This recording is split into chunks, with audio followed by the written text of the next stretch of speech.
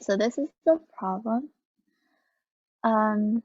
It's from 2016 January Gold, and it's called Angry Cows. So yeah, basic summary, we have a game called Angry Cows, and basically what happens is there's n hay bales, and all of them are at integer positions on a number line. So what's going to happen is that we're going to launch a cow with what they call power R at some position, and then it'll blast everything that's within R of that position. And once a certain hay bale explodes, then those are going to explode with power R minus 1, and then the ones that get blasted from that are going to explode with power R minus 2, and so on.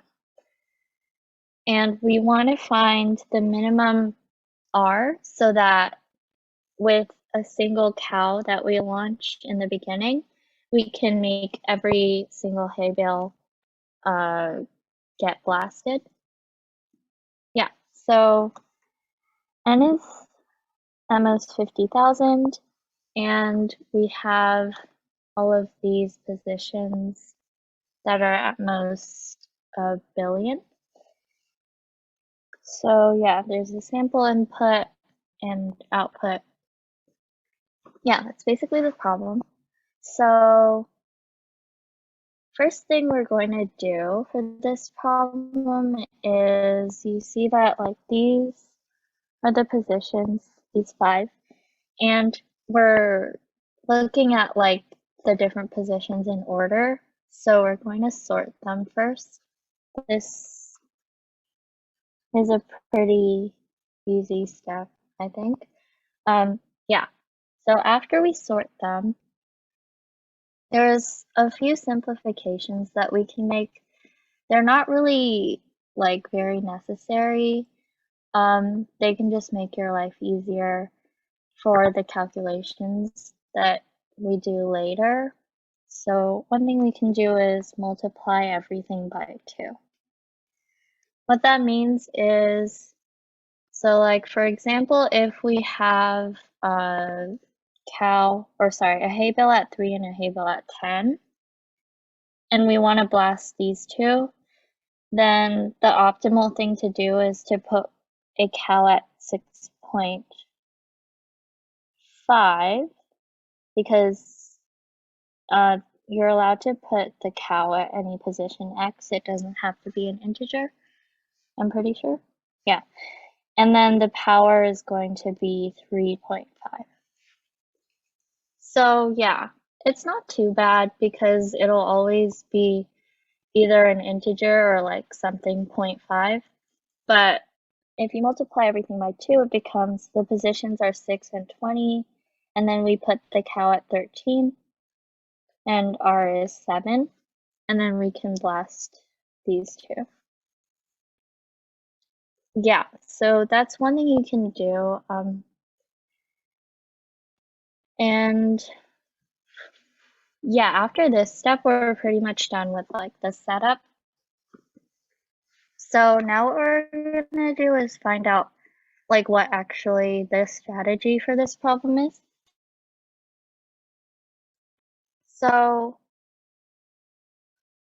yeah, there's actually, for this problem, Angry Cows, there's a bronze and a silver version too.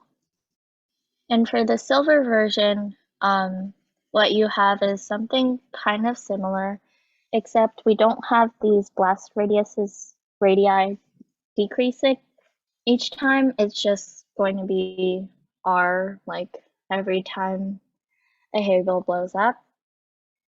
And then I think you're allowed to like launch multiple cows. So for that problem, what we do is a binary search. So binary search is something that shows up relatively often in silver problems. And basically the like property that allows us to do this is we want to minimize R and also this thing called monotonicity. So if something is monotonic, it's like always decreasing or always increasing. But in the context of a problem like this, it's like if R, a certain R is going to work and allow us to get to everything blasted, then R plus 1 is also going to work. And if R doesn't, then R minus 1 doesn't either. So as we go up, the working factor, or like, yeah, is going to go up. And then if we go down for R, then the probability that it works is going to go down. I don't know if that's a good explanation, but yeah. So the reason this lets us do binary search is, first of all, binary search is like the kind of classic example is when you're guessing numbers. So if we have an integer from 1 to 100, somewhere in this range, let's say it's 73.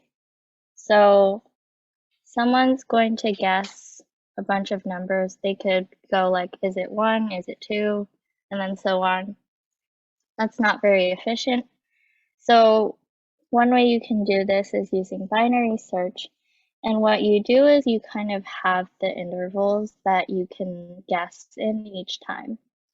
So if we guess the middle of 1 to 100, it's 50. And then you can have someone like telling you if it's bigger or smaller, or like if the actual number should be bigger or smaller than what you guessed. So in this case, it's going to be bigger, and then we can guess the midpoint of 50 and 100. So that's 75, and they're going to say the number is smaller. And then we do 50 and 75, 62. It should be bigger.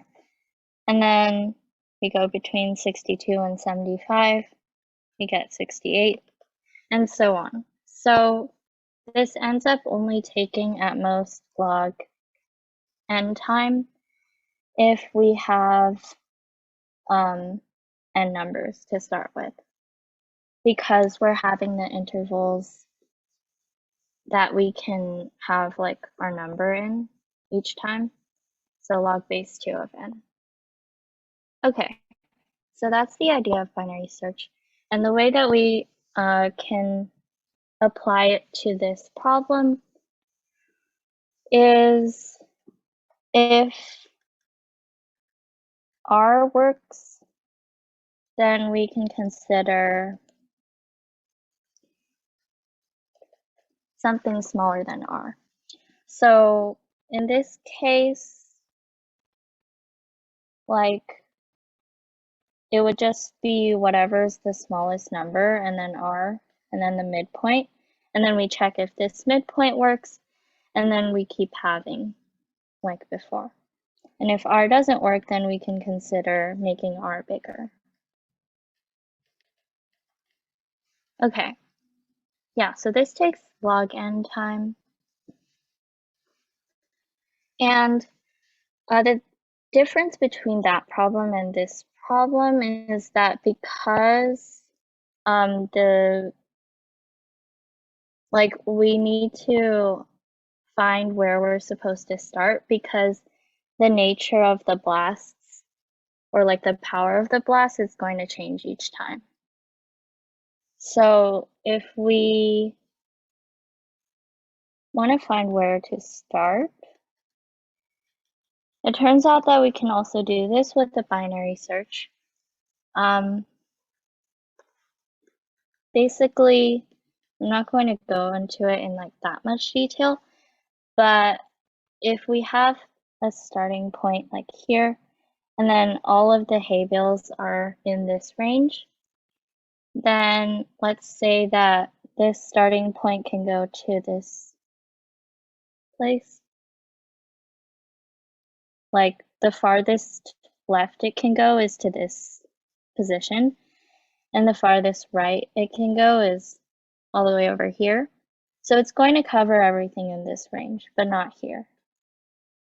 So what we can do in this case is we can move this initial cow to the left. And similarly, if we have like a cow here, and it can go everywhere up to this place and to the right, or sorry, yeah, to the right up to here, then we can move the initial cow to the right to account for the whole interval. Okay, yeah, so we do this with a binary search as well, which means that basically within this first binary search on R, we're going to also binary search on the starting point. So this should be like O of log n squared. And then to check if this works, I think might take O of n. But yeah, it should pass. There's another way to do this, and that is to kind of sweep through the possible starting points. So if we look at going from left to right and from right to left, basically if we're going left to right, we're going to find the minimum R. Oh, this might be kind of confusing, but these are different.